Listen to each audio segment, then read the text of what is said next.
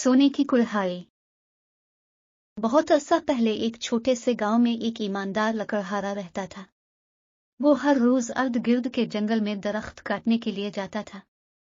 वो लकड़ियां लेकर गांव वापस आता और पैसे हासिल करने के लिए एक सौदागर को बेच देता। लकड़हारे ने कभी ज्यादा पैसों की लालच नहीं की। वो जानता था कि गांव में इसी की तरह गरीब लोग रहते हैं, इसलिए वो हमेशा इतने पैसों में लकड़ियां बेचता जिससे इसकी गुजर बसर हो सके। लकड़हारा अपने मामूली तर्ज जिंदगी से मुतमईन था। एक दिन इसकी कुल्हाड़ी इसके हाथ से फिसल कर दरिया में गिर गई। जब वो दरिया के करीब एक दरख्त काट रहा था, वो खुद से वापस लाने का सोच भी नहीं सकता था क्योंकि दरिया बहुत गहरा था।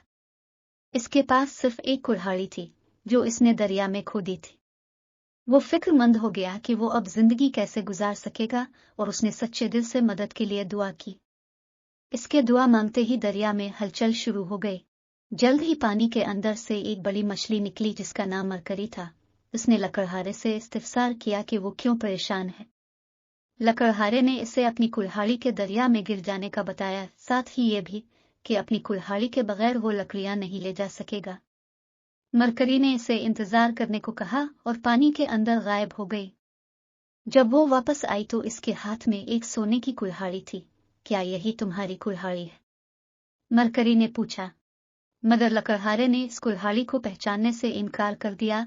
मरकरी ने इसे फिर इंतजार करने को कहा और पानी में गायब हो गई। कुछ देर बाद जब वो वापस आई तो इसके पास एक चांदी की कुल्हाड़ी थी। क्या यह तुम्हारी कुल्हाड़ी है? लकड़हारे ने इस कुल्हाड़ी को भी पहचानने से इनकार कर दिया और इसे कबूल करने से इनकार कर दिया। मरकरी ने एक बार फिर पानी में गोता लगाया। इस बार उसे वापस आने में काफी वक्त लगा। जब वो वापस आई तो इसके हाथ में लोहे की कुल्हाड़ी थी।